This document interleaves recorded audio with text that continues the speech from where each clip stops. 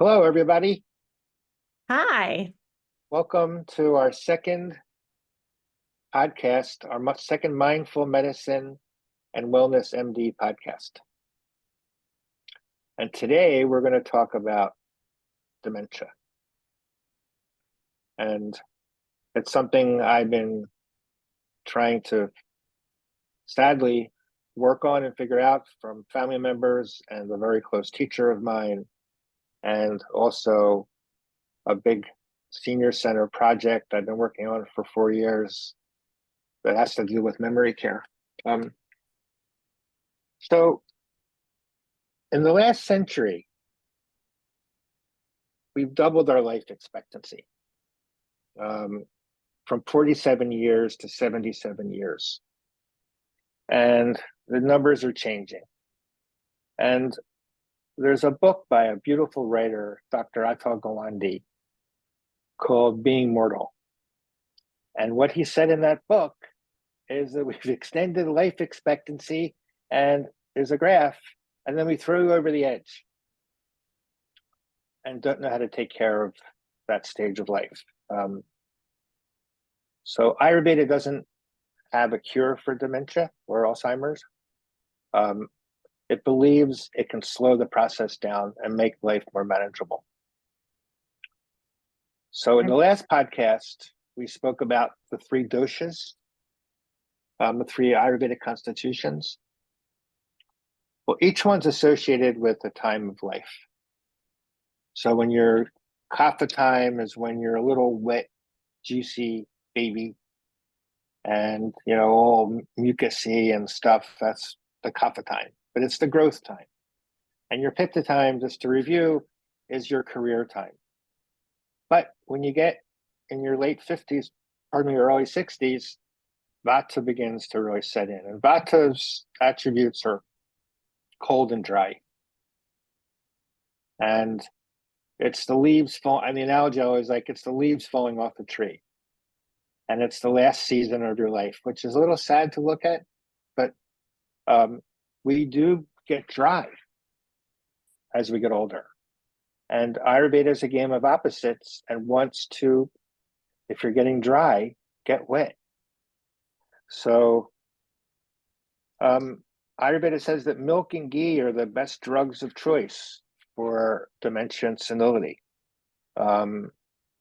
because ghee especially, even though it's not just straight oil, is very lubricating for your body and not super high in cholesterol. What So does if your ghee cholesterol taste is really high, what? What does ghee taste like? Delicious. Well, Really? some people find it delicious. I mean, I love it, but it's clarified butter. Okay. Like, what could be bad? You take a couple of pounds of beautiful, best butter you can find, Mm-hmm. and you cook it and boil it off until the milk solids come off. You skim them off the top, and then you have ghee, which doesn't go bad. In India, there's 100-year-old ghee, like a fine wine. Nice. So, Okay. I mean, I put ghee in my coffee, if I remember, in the mornings, kind of like what do they call that, rocket coffee out Oh, west in Seattle. I think it started oh, because it's okay. supposed to keep your brain lubricated. Got it. Um, Hmm. so, as we get older, also, I think people age, the elderly, they start missing meals. So they're vulnerable to malnutrition, anorexia. Um, Maybe they're taking different medications that are causing dryness. I'm always fighting with my cardiologist because I think the statins dry up your brain when they dry up everything else. Now, I could be completely wrong about that. So anybody listening, don't listen to me. Now, I But love the statins, but yeah, I know all the MDs love statins. hmm. And I think they probably really help. My cholesterol's pretty good without the statins, but my cardiologist gets very upset when I don't take the statins. Well, I think most cardiologists want to see statins in the water, Yeah. incorporate them into our drinking. Oh, my San Pellegrino doesn't have any statins. Exactly. Yeah. Um, but so, people begin to get dementia, depression, strokes, Parkinson's, other neurological disorders, um, pure dental, like poor dental stuff, I think is a problem. And delayed gastric emptying, bad fitting dentures, swallowing problems, oral infections, all make this harder to keep people keep their nutritional level up. And Ayurveda kind of defines Alzheimer's as low oxygen to the brain. They call it old brain. And Ayurveda says living in the past fosters aging as much as too much worry. And I think as we get older, we're talking about mindful medicine. We're trying to be present, staying with our breath. But a lot of people are living in the past.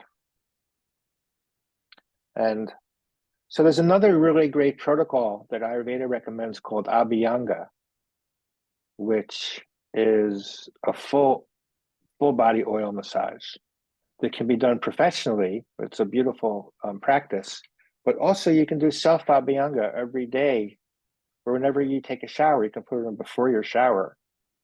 Just if anybody's interested, they could send us a note. I could send a video how to do it. But you're taking,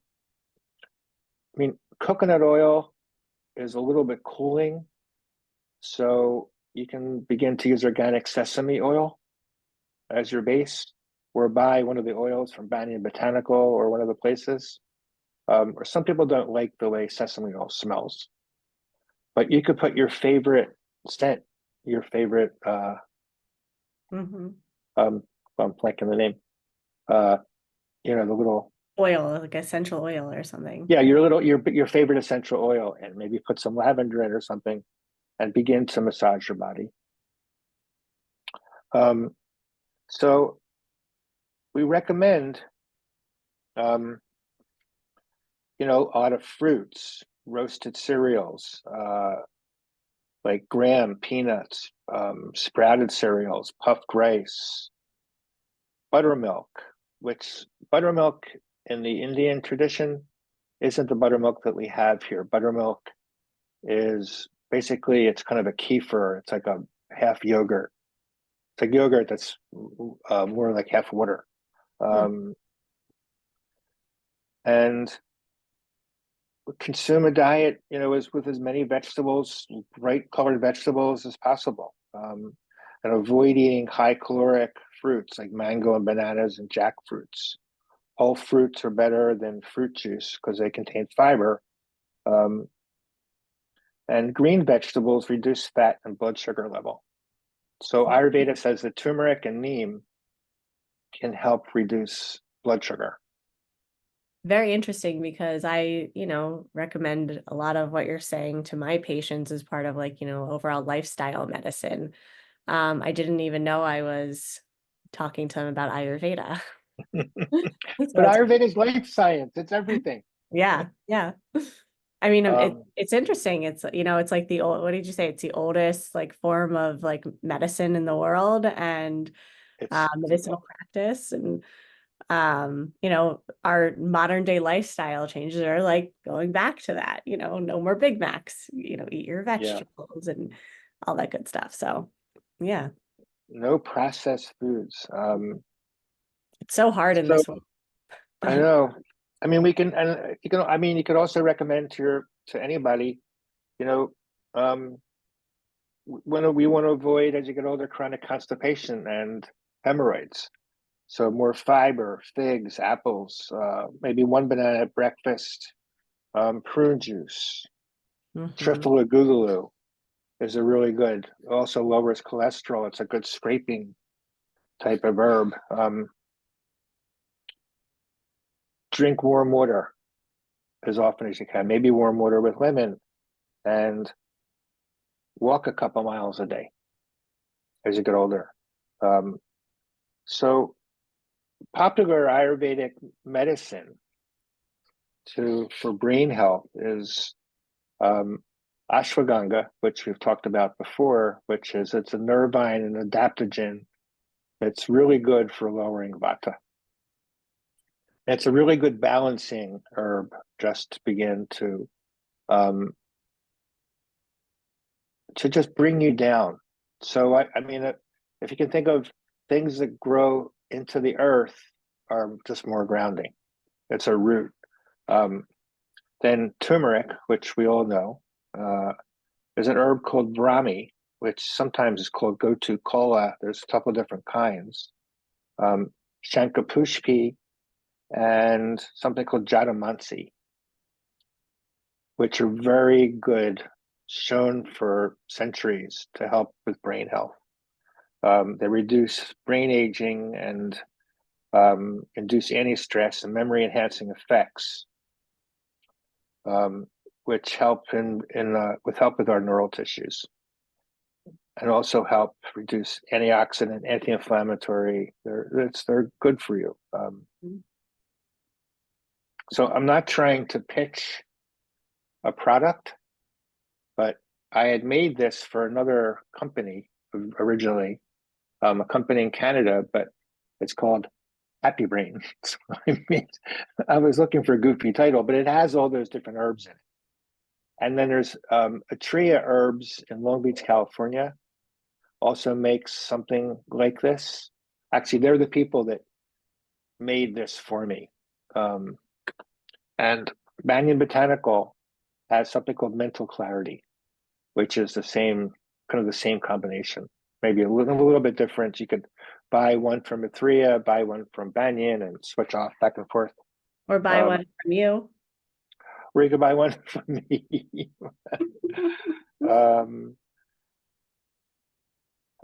So I mean, these are ways we're trying to, to keep this under control and to slow it down and keep your brain healthy. And there's some yoga poses that I think are really good for lowering vata, and they're great for seniors. Camel pose, bridge pose, locust pose, cobra pose, cat cow, boat pose, tree pose. So tree pose, if you can think of when you're standing on one leg in your tree, you're grounding into the earth, which balances the upward movement of vata. And vata has to deal with your spine. So it's nice to just maybe do not hard back bends, just gentle back bends. Meditation is huge for combating, according to the science, senility and dementia. We want to stay present.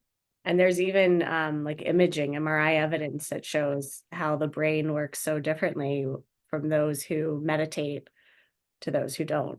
So great. I thought meditation was going to be the hardest thing for me, and it took years for me to really get into the practice. But I'm hooked, all in, addicted. It just makes you feel lighter. It makes me feel lighter. Like I'm like, okay, can move on with my day now. 10 or 15 minutes, you feel like that's the best thing. So everybody that's listening to this, try to develop a meditation practice. However you try to do it, either like a mindfulness training, a vipassana training, loving kindness meditation, something to there's some stay really present. I do know the Peloton app, people really like their meditation, like they guided Debbie loves it. Yeah. There's also calm.com has, good meditation. And then there's another one called Down Dog that I like that has. Oh, I've never tried those. Oh, I love them. I use Insight Timer. Okay. Which has some really good teachers on it. That's another. I usually sit and do Soham meditation by myself because so with your inhale, it kind of sounds like your inhale, and hum on the exhale, because you want to focus on the breath. It's the only thing. The breath is the only thing that's present all the time. It keeps us present. So if we can focus on the breath, it makes it a little easier. Yeah. Stay present. So we want also, as you get older, we want to worry about prostate. Something I've been thinking about with a client friend, and Shilajit is something that helps keep your prostate under control. Shilajit is, you can buy it in a pill form, but it's if you want to get a little more extravagant, you can buy it in the tar directly from the mountains in India. It comes out of it's from the compression of the mountains um, in northern India. Oh. That this black resin comes out, so they can roll it up and make it into tar, or you can actually buy the resin, and it's supposed to be great for your brain and great for also for prostate health. There's an herb called Purnanava that's also really supposed to be helpful. Vidari, Gokshura is like a natural Flomax. Mm-hmm. So I made some things that I was just taking some notes to try and see what we want to share. But so diet, we want to strengthen our gut environment. We want to keep up our zinc, our vitamin D, vitamin B12, our iron, our blood glucose levels. We want to engage in regular cardiovascular activity, strength and balancing, stretching, physical activity. So everything that I've researched that I've done over the years, the bottom line, I mean, of course it's food, it's exercise. I had a little old lady, she's maybe 95, 96 years old, come running in here. And I said, what is your secret? Like, what is, she said, motion is lotion. Oh, I love that. Motion is lotion. And I was like, you know what? Yeah. And I'm reading right now the book Outlive by Dr. Peter Attia. Oh, And I have it right here. yeah. And he's, talks about, it's like in our society, like with traditional medicine, and it's like, okay, you get old and then we'll treat you. And by then you're like miserable versus Yeah. like preventing with exercise and eating healthy and having like stability and all of that. So He's really an exercise freak. yes, I can see that from the book. I don't know how I got introduced to him. I have the book here somewhere. So engage in regular cardiovascular activity, strength training, walking, gardening, swimming, gym, yoga, anything that's grounding. Sleep is really important. And sleep Figuring, is very difficult as you get older. yeah. But I think Hormone not changes, sleeping, everything. Yeah. lack of sleep, I think, is really problematic. Yeah. It's a big focus. Mm-hmm. Meditation, as we said, social engagement, having friends around, going for dinner with friends, and you need that stimulation. But one of the people that I'm trying to help, I know, I don't want to say his name, but he's hard of hearing and lives by himself, and he's he's fading away. Mm-hmm. And I think we all kind of also realized that in the pandemic when we were craving socialization and we couldn't do it, it really affected everything. Yeah. For kids too. So mental stimulating tasks, even beginning to try to do things with your opposite hand. So try to brush your teeth with your other hand. Every once in a while, try to eat with your non-dominant hand. I think creates more new passageways in your brain. Mm-hmm. So I mean, and you try to get your 30 minutes a day of exercise, maybe 4 days a week if you can't do that every day. But it can be from general walking to yoga to lifting weights or a Peloton bike or cutting back on simple carbs, trans fats, and processed foods. And you want to eat more organic vegetables and with maybe a little less meat.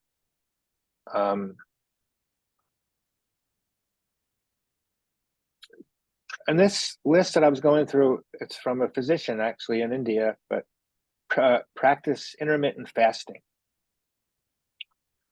Waiting at least 12 hours between dinner and breakfast.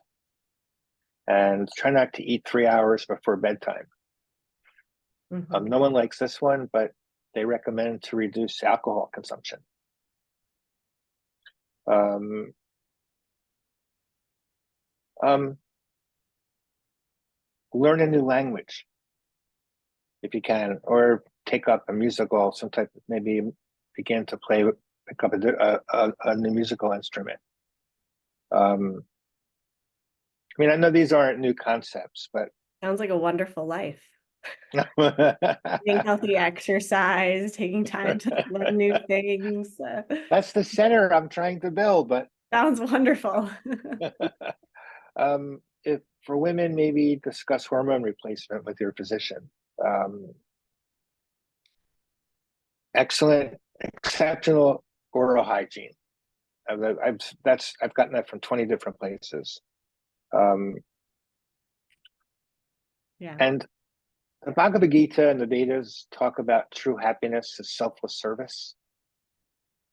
It's all about service, service, service, service. And maybe volunteer and try to find ways to serve your community, which will help with your social life. It's funny, the last thing on this list is find inner peace. Yeah, okay. Yeah. If you're doing all of that, you will have interviews. Yeah. So, I mean, these are the things that I think could help extend, keep dementia at bay a little bit. Yeah. And from my experience, and I have two people that I am involved with that are hard of hearing, and I think they really developed an early dementia because they don't hear. 100%. When we have, elderly patients in the hospital and they're admitted for days and days and days on end. And, and when anyone's in the hospital, you don't know what day it is, you don't know what time it is, but it's worse as you get older. And we don't want them, like worsening dementia or what we call sundowning or anything like that. So it's always recommended every day they put on in their hearing aids, they put on their glasses, you open the windows when it's sunny, you close them when it's dark. So Yeah. because that does really contribute to more confusion if you aren't doing those things. Circadian rhythms are health. Definitely. We've got to get the people up and active. I will say I have a lot I have a of, question for you. yeah, yeah. The few people that I'm intimately involved with dementia just want to sleep all day. I can't get them up. Yeah. And it's funny, the two people, both are deaf and both want to sleep all day. I don't know if that's depression or if that's just part of the more advanced dementia. So it definitely, there's atrophy of the brain in dementia. So you're not as alert, you're not as oriented as you would be without that atrophy, because, our brain was there to make us,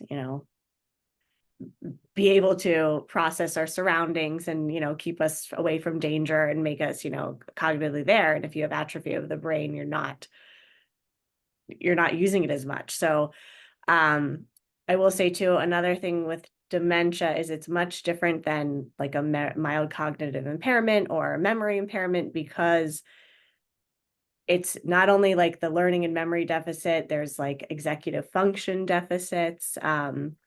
There's like social cognition deficits. There's basically disturbance in like how your previous level of functioning was. So when you can't do your activities of daily living, you're not doing much. And so your body's just kind of shutting down. I will say I have a lot of patients who come in to see me and are worried that they have dementia. In their 40s, 50s, 60s. I'll mention the happy brain. I might start wanting to take it too. But and I tell them, like, usually when I have patients who have dementia, it's the family member that's bringing them in, that the person isn't aware that they are losing their memory, that they are losing their sense of direction, that they are losing, their ability to work and do things like appropriately and, get dressed by themselves and know where the shower is and things like that.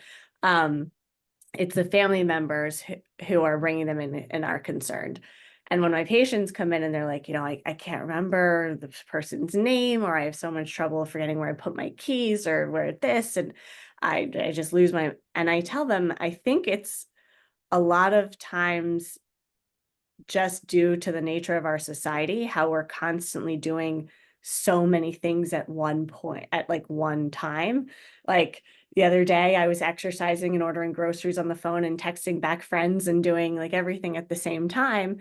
And your brain isn't meant to multitask. So I think with kind of what you were saying before too, like incorporating meditation into your day so that you don't have your brain doing 500 million things at one time, because of course you're going to forget things. Like your brain can't handle that. Uh, Yeah. Doing some meditation daily will really help to kind of make you more cognizant about not doing not multitasking, Mhm. basically. It's hard ask. I Mhm. think until you get that into your routine. I mean, ideally, you'd want to meditate a couple times a day, Yeah. in But the morning and before you go to bed. yeah. And even in the day when you're feeling overwhelmed and, like think a lot of people are getting that nowadays. I feel like I always think about it that in this world, like we're always supposed to be doing something. So, I feel like we're less efficient because we're trying to find more things to do and do and do. Just, when you could do it, be done, and, take time for yourself and then do something else and then take, versus like, I'm not doing anything. I should be doing something. Uh, stepping back a little bit. But like what you said earlier, the same thing in, Western medicine is that there's no cure for it, but we do have, some medications that can slow it down. Mhm. And same thing, with I think, and maybe even in combination, if we do like the Western medicine with the Ayurveda, maybe that could be even, bigger impact. Yeah, do the medicines, so those plaque reducing medicines, are they working for people? It's hard to say. There are studies that say that there is an improvement. There are a lot of side effects with the medications. And they're expensive, right? They're expensive. They can cause dizziness and falls, which in the elderly, you don't want that anyways. That could cause worse problems. So, some people opt to do it if their side effects are worse than what they think are actually working. You'll just take it off. But, I do think having the healthy lifestyle, herbs, exercises, all of that are just as beneficial. I didn't talk about my favorite subject, which I maybe we'll do the next podcast on or something, is pranayama breathing practice Mhm. and getting that oxygen to your brain. I Yeah, think that's it's really important too. So if you can begin to incorporate, even if you can't meditate, maybe you could do, 4 or 5 minutes of resonance breathing, Mhm. um, that type of breathing, which no one needs lessons to do. Maybe take five, count for 5 in and 7 out. Do it for 2 minutes.